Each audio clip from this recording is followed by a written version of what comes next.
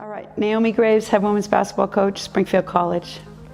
Kate Bowen, Diane L. Potter, 57, head softball coach at Springfield College. I love that. Coach Graves, are you ready for your first question? I am ready for my first question. Coach Graves, how did you get into coaching, and what was your transition like from playing to coaching? Wow. I got into coaching by accident. I didn't ever want to be a coach when I started out. I didn't know that. Yeah, I didn't. I finished playing. There wasn't a lot of head women's coaches in my day at lower levels. So I kind of tried to figure out what I wanted to do. And my transition from not playing to coaching was really hard, really difficult. And I think I struggled most with who am I and what am I going to do now? Not any different than what our kids are facing now. Okay. I think for me, I was just so ready. I think it's different just because now we're just playing so much summer ball. It's nonstop. Sometimes it's hard to be a three-sport athlete now. And I know when I came here, I was just so ready to coach and so excited for the opportunity to be here at Springfield College, be a graduate assistant coach, and then rolled into the head coach position as intern.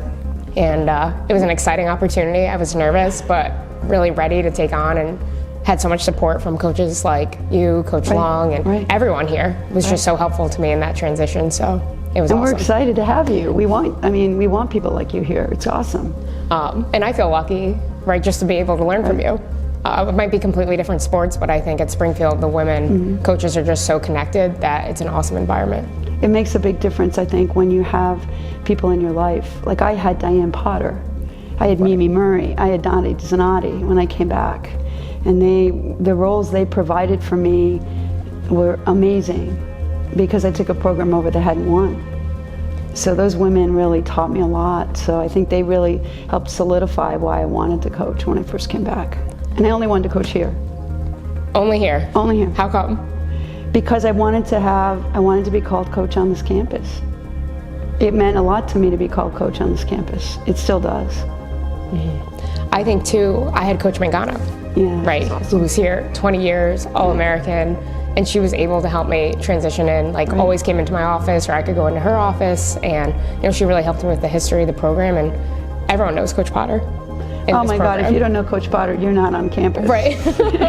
Everyone knows Coach Potter, so I mean, even every time I FaceTime Coach Potter, she picks up.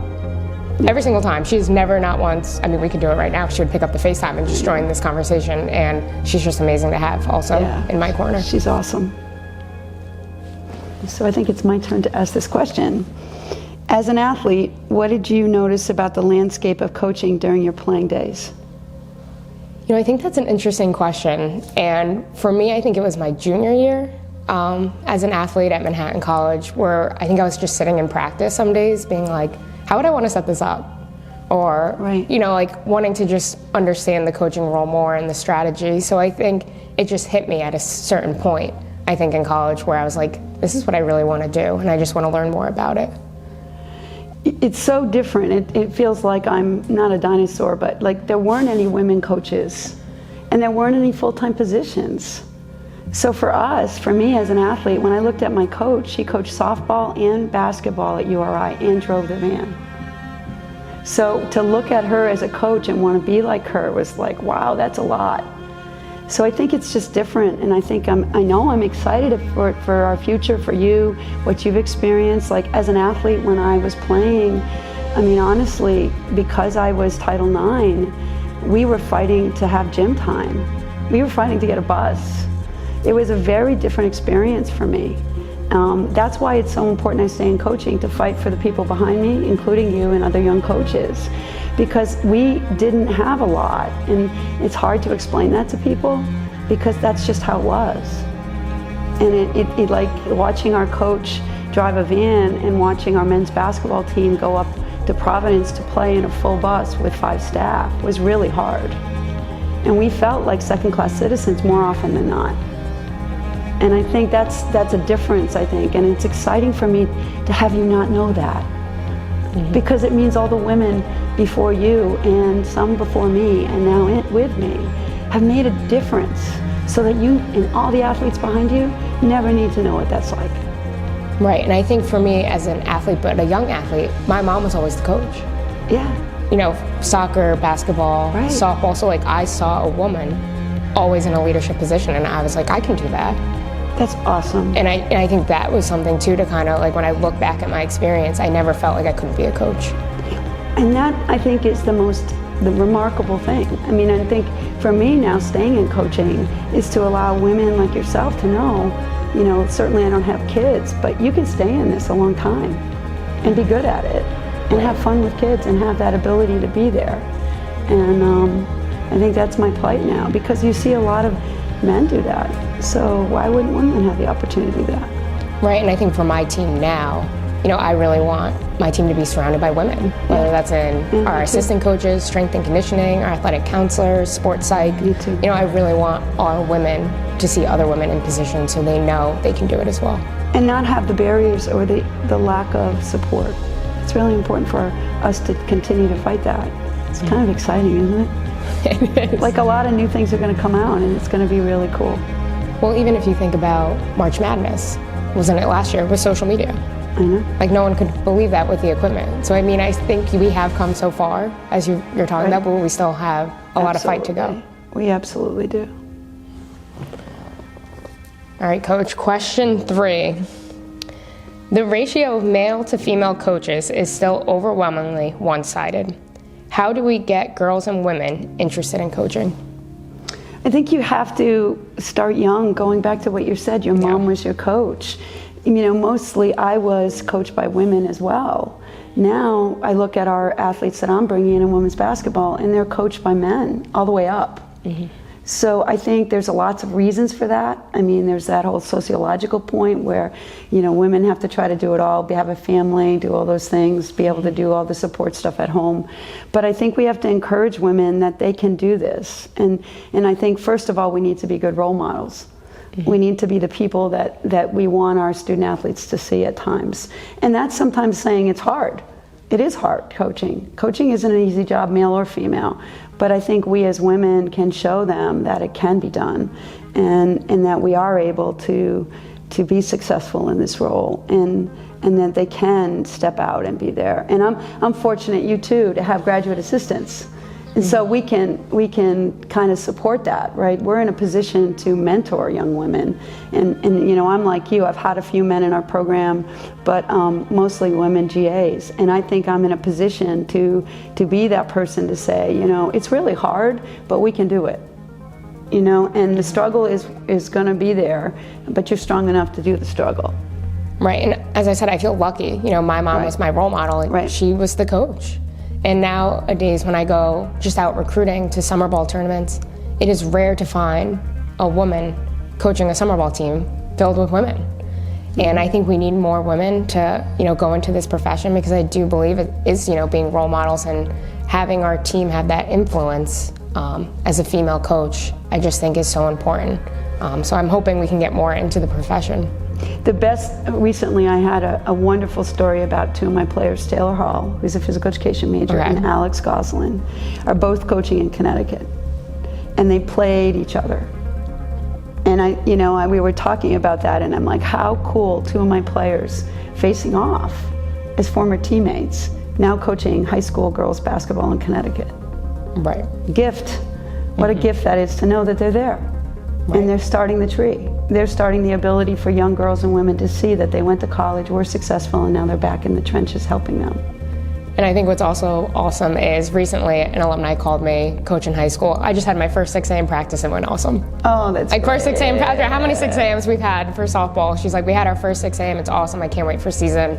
Like, when can I come up? I want to watch practice. And, that's now more common. And, it's really special to get those phone calls now from the alumni saying, this is what's going on in my program, and and meeting just want to talk to you about it. Well, and meeting them at conventions or recruiting events. How much fun is that?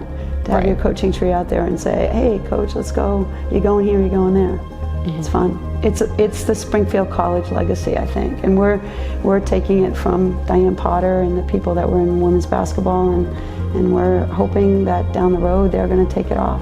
It's good. Let's see. Is this the last question? Oh, this is a good one. What is? Why do you coach? Why do I coach? I like that one. I think coaching and teaching, especially at Springfield College, since we're teaching teacher coaches, just goes hand in hand. So one, I just love teaching the game, have a passion for it, but beyond softball, it is so much more. It is the life lessons we're teaching our players. I think I've always wanted to create a program of just such a strong team culture for this to be another family. Right. And I want to recruit players who have the same passion to learn the game, grow with each other, and then after you leave in these 4 years, you know, hoping to make you stronger softball players, but stronger women. And I've loved coaching at Springfield College, and it means so much to me, coaching at Springfield with the history in this program. Absolutely. I think, you know, why one coaches, coaching allows us to have a platform, doesn't it? Like I say this even with my Humanics lecture, like when I started coaching, it was all about winning. Now as a seasoned coach, I mean, it was about culture, and it was about providing opportunity for young women, but now it's a platform to guide young women through this crazy world they're in, and to be that strength for them when they need it. And you're absolutely right. I mean, family is important anywhere you have it, and the posse for me has always represented that. Like it's a sisterhood. And I want our team, and probably you feel the same way, to have each other all through their life spectrum. Weddings, births, family crises. Our teammates need to be with each other. Right, and we kind of talk about in our program, leaving it better than you found, but you know, once you're in the family, you're in this family for life. Yeah, that's you know, we're exactly always right. here for you. Wow, this is exciting, Kate, to have a young coach like you.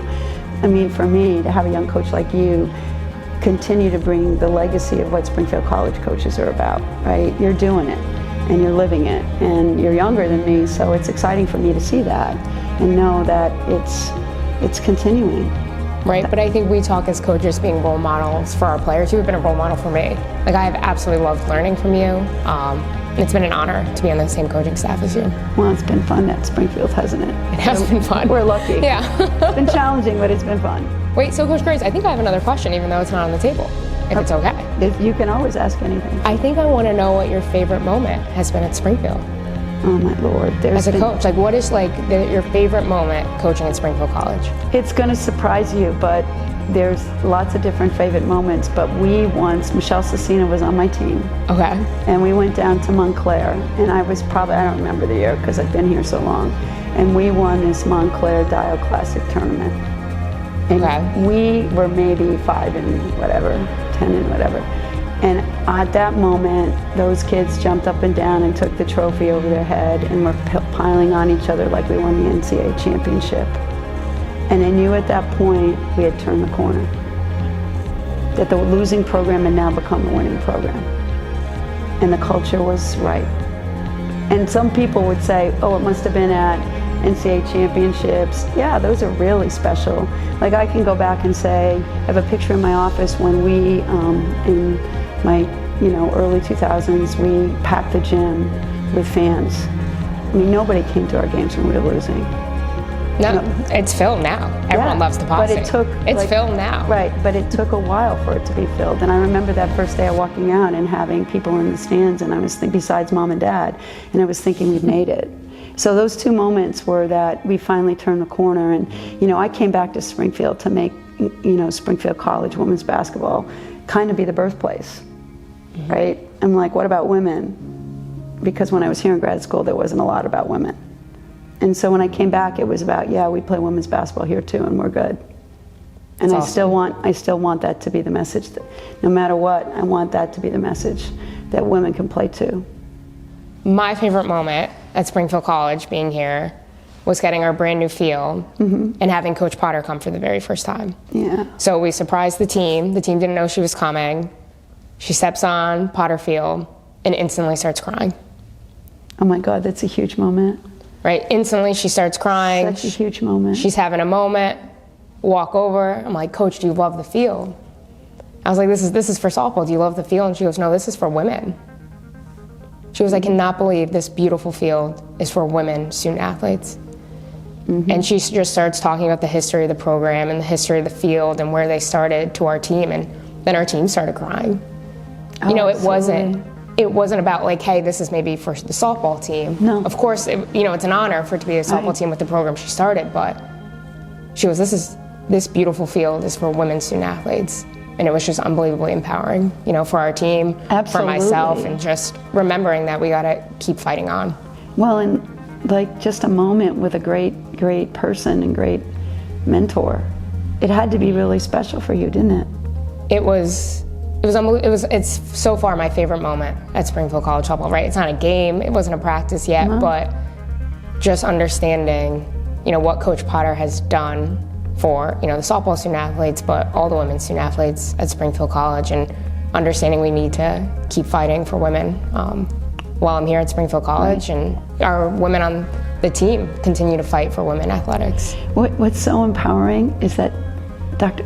Potter's in her 80s and she's still fighting. She's my, like, what a role, right? Even for me. Right, and she comes to spring break every year. She's in the huddle. She's in the huddle after every game. Well, that's what I mean. It's amazing. Her passion didn't end when she retired. Her passion stayed, and she's got your back. She's got you.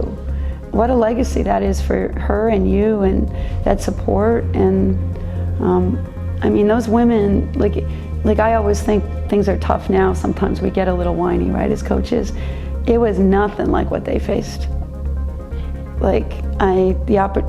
Just that's what is just so amazing and so enriching in our history. The tapestry of women's athletics at Springfield College is really amazing.